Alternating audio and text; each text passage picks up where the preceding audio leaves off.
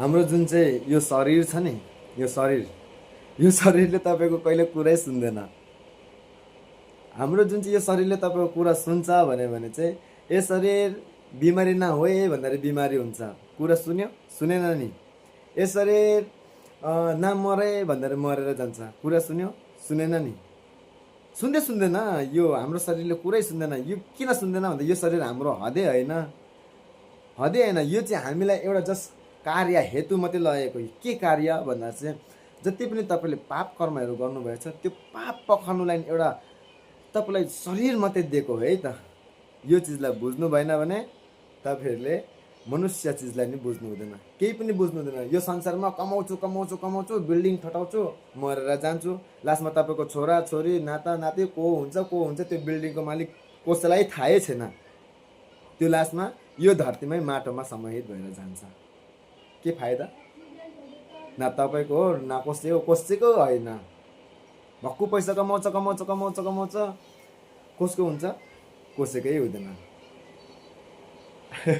त्यसकारण चाहिँ पैसा कमाए तापनि तपाईँहरूले राम्रो उपयोगमा लगाउनुहोस्। त्यो उपयोगले गर्दाखेरि भविष्यमा तपाईँलाई पनि त्यसको फल मिलोस्।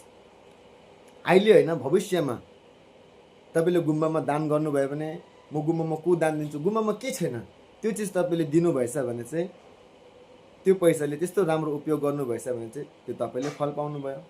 नराम्रो चिजमा लगायो भने नराम्रो फल पाउनुभयो।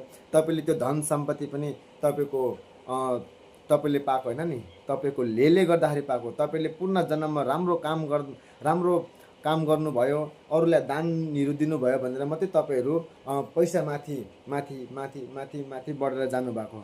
तपाईँभन्दा गरिब मान्छे कति छ।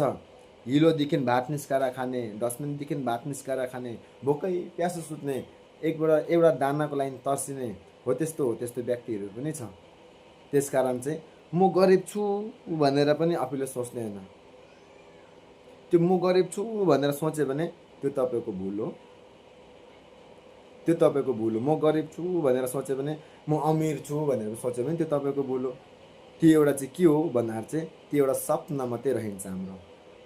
म गरिब छु भनेर सोच्यो भने गरिबीमा दुःखमा, म अमिर छु भनेर सोच्यो भने झन् दुःख झन् पीडामा बसिराख्नुपर्छ। यो एउटा चाहिँ के हो? एउटा सपना मात्रै हो। यो सपनामा तपाईँहरू एकदमै नडुब्नुहोस् है। लस्सो फेबुल जुटा सिद्धीले।